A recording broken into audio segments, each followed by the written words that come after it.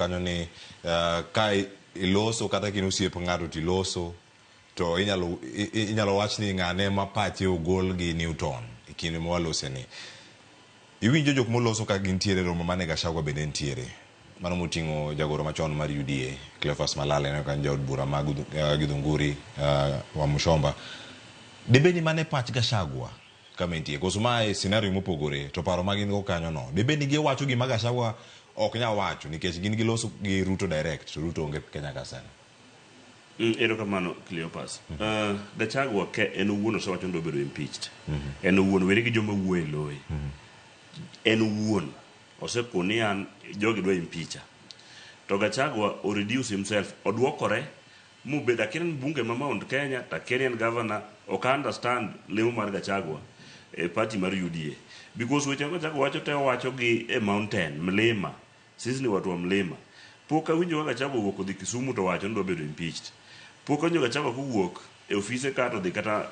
e Nandi to wacho non feel ni jogi dwa impeache be poka ndo Gachagua ka wuotho kata e Masai ko wacho ne jothurwa an deputy president mar republic mar Kenya dwa bedo impeached. Gachagua dwa mana ni mondo kawa tension mar jopiny odwoke siasa manye wasewuoke. Gik ma Gachagua wacho gik ma Gachagua timo duoka e paro moro ni Gachagua ne achiel kuom jok ma samoro ne fund Gen Z ma fake ne wan gi Gen Z ma fake gi Gen Z original nikech kane wang'iyo sama koro ne broad based government chako tich ma koro babu biro sirikal onge ng'anyo mosechako bet in this country to seche mane gino timore nchino joma nchuduoga chien gi gik mane giwacho gima nyalo kono Gachagua ni ka en jalup president to kini kuol okirom kode teko mare en president moyier ino yieri e Uganda mang'eny mondo ikonye tich nikech president ema appoint jalupne kato igone go ombulu wang' achiel kiwinjo speech mag Gachagua to kon noyiera kaka noyieri Ruto president ne nigi thuolo mar yiero ng'ata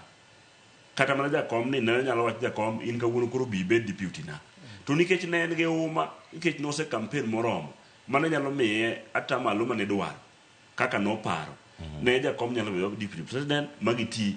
maber but gima chando Gachagua en gima kaka sebedo ka budhe siasa ka asesomo pache maneno odwa kawa tension mar jopiny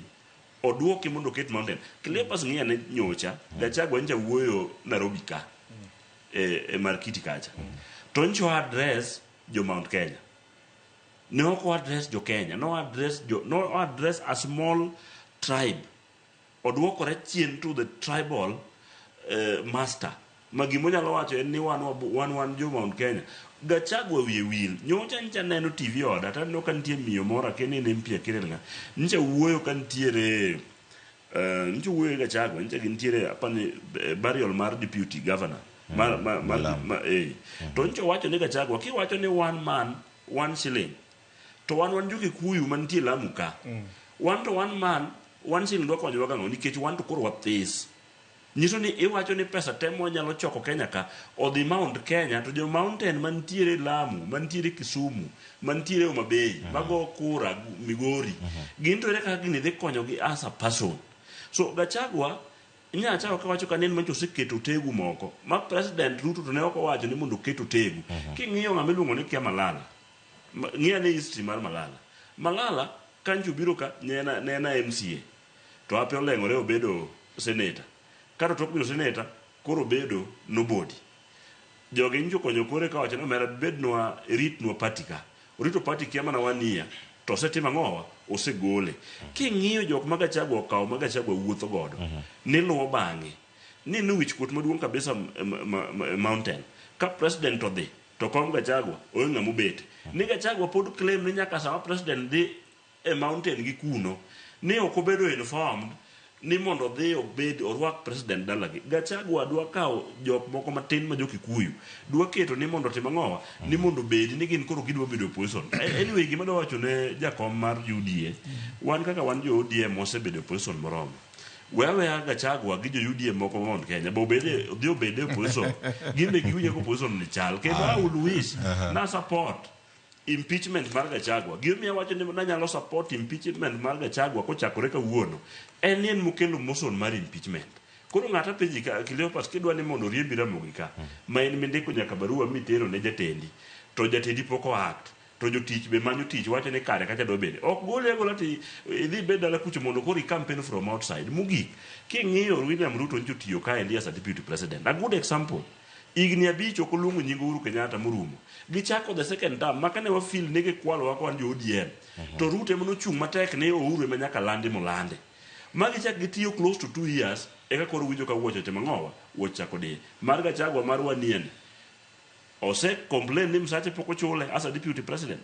ose complain ni services ge ma duties ge poko me ni Gachagua head of ministry en mo tayoga kata mana buche mag ministers bo ose kwere ni kawuono kikita bura mora poko kwere kancha wantiere Kisumu Gachagua nchano ka wuotho gitende Kisumu ka gin gi president ang'o manotimore mopogore kancha entiyo mabei maka wuono koro pogore ma koro president onge for almost 2 weeks to en osebiro wacho ni kore riembe government aya mak parono gi kanyo kanisa nitie gi duond gi